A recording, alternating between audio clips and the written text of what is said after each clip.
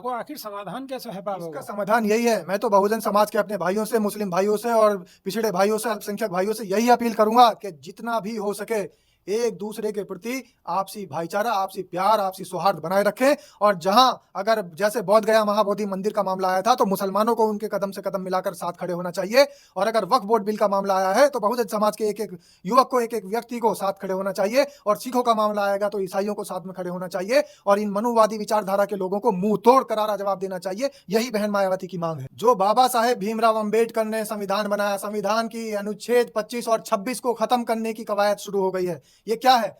क्या अनुच्छेद 25 ये हमें आज़ादी नहीं देता कि हमारे जो धार्मिक संस्थान है, धार्मिक स्थल है, उनकी जाके जो उनकी सुरक्षा होनी चाहिए? तो अगर सुरक्षा नहीं हो रही है, अगर उसमें किसी की दखलंदाजी हो रही है, तो इसका मतलब ये है कि बाबा साहेब के बनाए हुए संविधान के अनुच्छेद 25 और 26 को खत्म किया जा रहा है।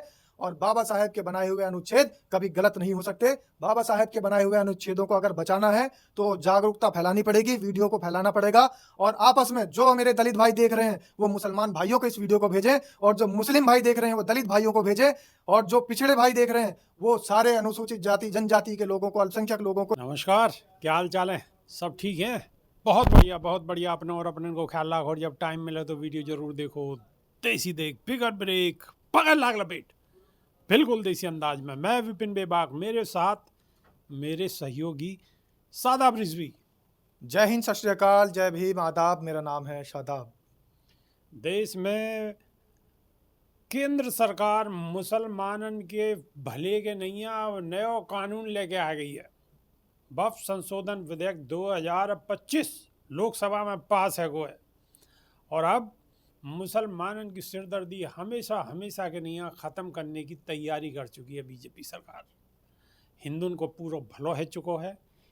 हिंदुन के यहाँ तो जय जयकार है रही है, मुसलमानन के यहाँ हाहाकार है रही है। अब वो जय जयकार में परिवर्तन वाको है जाओ, परिवर्तित है जाएगी। अब या के बाद में और उनको भी धीरे धीरे नंबर आवेगो, दलित समाज को भी आवेगो, चिंता मत करो। बहुजन समाज को भी यहाँ नंबर आवेगो, लेकिन नंबर वाइज पहले हिंदुओं को भलो, या के बाद में मुसलमानों को भलो, और या के बाद में अब जो नंबर आवेगो वो सिखन को आवेगो, ईसाइन को आवेगो, और फिर बहुजन समाज को आवेगो। यानी कि अब बीजेपी सरकार का को भी टेंशन में नहीं रहने देगी। सबके अच्छे दिन आने निश्चित है। कौन से वाले अच्छे दिन? नारे को बांस न बजेगी बांसुरी। बिल्कुल, बीमारी को इलाज जड़ से ख़त्म। होम्योपैथिक की दवा मान लो कि बिल्कुल सीधी जड़ पर चोट करेगी। बहुत पूरा आराम है यानी है निवारो है। और बसपा सुप्रीमो बहन मायावती ने मुसलमानों की आवाज़ को बढ़ाया है, आगे बढ़ाया, और खूब मजबूती के साथ हुंकार भरी है। और सवाल दागे हैं सरकार पर, क्योंकि जो ड्रामा चल रहा है कि सिर्फ भटकाने की नीति है, 100% भटकाने की नीति है। या में कोई भी सत्यता नहीं है, सत्यता तया को दूर दूर तक कोई वास्ता नहीं है। कि सिर्फ लोगन को भड़काने के नहीं है, उनको दिमाग बदलने के नहीं है। नई नई स्कीम चली आ रही है। क्यों कि ना तो रोज़गार की कहीं देश में कहीं कोने में कोई खबर मिलेगी आपको, सिर्फ बेरोज़गारी ही बेरोज़गारी है। इन सब मुद्दों को दबाने के नहीं आए। या तो औरंगजेब को कबर से निकाल लेंगे, या मुसलमानों की मस्जिदें खोद देंगे, वहाँ में मंदिर ढूंढ लेंगे। ऐसे ही अपना फार्मूला चल रहा, टाइम बढ़ रहा और लोग खुश हैं रील देखने में। बहुजन समाज की आवाज़ बसपा सुप्रीमो बहन मायावती लगातार उठा रही हैं, और पहले भी उठा रही हैं, आगे भी उठाती रहेंगी। लेकिन लोग कान में रुई दबा कर सोए हुए हैं। कोई जगने को तैयार नहीं है। कोई रील में मस्त है, कोई भक्ति में मस्त है, और कोई अपनी मस्ती में मस्त है। तो सादाब रिजवी, अब तो आपके अच्छे दिन आने वाले हैं समाज के। देखिए, मुसलमानों के अच्छे दिन आने वाले हैं। इससे पहले बहुजन समाज के लिए अच्छे दिन आ चुके हैं, जब बोध गया महाबोधि मंदिर पर जो उनका न्यास है, उनका जो बोर्ड है, उसमें भी ब्राह्मणों का कहीं ना कहीं उन्होंने उनकी टांग अड़ाने का काम किया है, ब्राह्मणों को सदस्यता दिलाई है। और विश्व स्तर पर इसकी मांग उठ रही है। हमेशा से मांग उठती चली आ रही है, अब मांग तेज हो गई है। और सब जगह से यही बिगुल बज रहा है, यही आवाज़ उठ रही है कि जो महाबोधि, बोध गया के अंदर महाबोधि मंदिर है, जो धार्मिक स्थल है बहुजन समाज का, आखिर बहुजन समाज के धार्मिक स्थल में, आखिर बौद्धिज्म के धार्मिक स्थल में मनुवादियों का क्या काम है, ब्राह्मणों का क्या काम है? लेकिन फिर भी इन्होंने अपने पंडित उसके अंदर शामिल कर रखे हैं, जबरदस्ती शामिल कर रखे हैं। तो ये क्या है? ये इनका टांग अड़ाने का काम है, और टांग अड़ाने का काम इनका बहुत पहले से चला रहा है विभाग जी। जब देश आज़ाद हुआ था तो देश की आज़ादी में जो स्वतंत्रता संग्राम सेनानियों ने हिस्सा लिया था, जो महात्मा ज्योतिबा फुले की विचारधारा वाले लोगों ने हिस्सा लिया था, और बहुत सारे लोगों ने जो देश को आज़ाद कराने में हिस्सा लिया था, तो ये लोग उस समय कहीं भी नहीं थे, नदारद थे, पूरे स्वतंत्रता संग्राम से नदारद थे। लेकिन जैसे ही देश आज़ाद हुआ तो आखिर कब्जा किसका है? फिर किसने कहा कि हम इस पे जो है, हमारा इस पे हक है? अधिकार इन्होंने अपना थोप दिया। ऐसे ही जहाँ पर बहुजन समाज का या बौद्धिज्म का कहीं कोई मंदिर है, कहीं कोई पार्क है, कहीं कोई प्रेरणा स्थल है, कहीं कोई उनका धार्मिक स्थल है, तुरंत ये अपनी वहाँ पर टांग अड़ा देते हैं और उसके अंदर दखल अंदाजी करते हैं। तो पहले तो महाबोधि बोधगया के अंदर इन्होंने दखल अंदाजी की, लेकिन मैं इसमें एक बात ये कहना चाहता हूँ कि जिस समय महाबोधि बोधगया मंदिर पर दखल अंदाजी का काम चल रहा था, उस समय मुसलमानों को ये पता था कि इससे हमारा क्या लेना देना। मुसलमानों ने कोई आवाज़ नहीं उठाई। तो मुसलमानों को ये समझना चाहिए था कि बहुजन समाज के जो लोग हैं ये हमारे भाई हैं, और महाबोधि बोधगया मंदिर का अगर कोई मामला है और अगर उसमें कहीं ब्राह्मणों ने, पंडितों ने दखल अंदाजी कर रखी है, तो हमें इनका साथ देना चाहिए और कंधे से कंधा मिलाकर खड़ा होना चाहिए। और आज अगर वक्फ बोर्ड बिल का मामला है तो बहुजन समाज के लोगों को, दलित समाज के लोगों को, अनुसूचित जाति जनजाति के लोगों को मुसलमानों के साथ खड़े होना चाहिए, क्योंकि नंबर सबका आएगा। अभी जब सिखों का नंबर आएगा तो ईसाइयों को भी साथ खड़े होना चाहिए, जब ईसाइयों का नंबर आएगा तो सिखों को भी साथ खड़ा होना चाहिए। इस तरीके से सबका नंबर लगेगा। और रही बात दखल अंदाजी की, आप ये कह रहे हैं, जो ये आपने अभी जिस बिल का नाम लिया, जिसके अंदर अमेंडमेंट हुआ, ये जो वक्फ बोर्ड बिल है, इसके अंदर अमेंडमेंट हुआ। अमेंडमेंट तो पहले भी हो चुका है। 2013 के अंदर जब इस वक्फ बोर्ड बिल के अंदर अमेंडमेंट हुआ था, संशोधन हुआ था, तब तो किसी ने भी कोई आपत्ति नहीं जताई थी। क्यों नहीं जताई थी?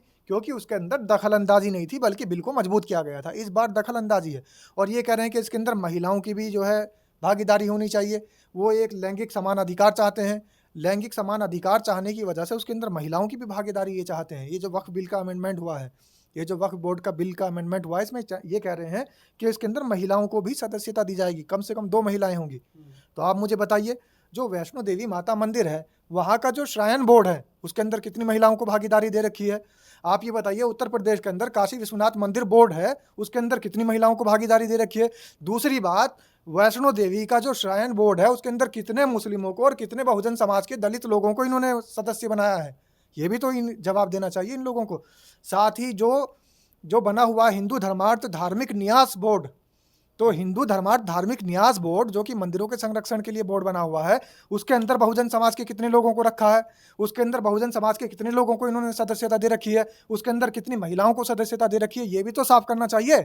या फिर दूसरों के धार्मिक स्थलों में, दूसरे के धार्मिक संस्थानों के बोर्ड के अंतर्गत ही इनके अंदर दखल अंदाजी चलेगी? सिर्फ उन्हीं को कुरेदा जाएगा जो इनके अपने बोर्ड हैं, जहाँ जहाँ भी इनके मंदिरों के संरक्षण बोर्ड हैं, उनके अंदर क्यों नहीं किसी की भी दखल अंदाजी हो रही है?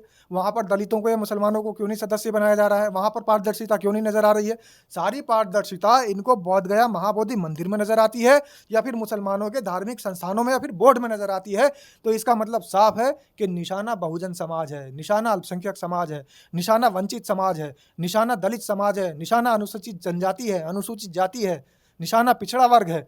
तो ये जो निशाना बना बनाकर इनमें दखल अंदाजी का काम कर रहे हैं, तो बहन मायावती ने इसी मुद्दे को उठाया है और दहाड़ लगाई है और कहा है कि जो आज मुसलमानों के साथ गलत व्यवहार हो रहा है, वही बहुजन समाज के साथ हुआ है।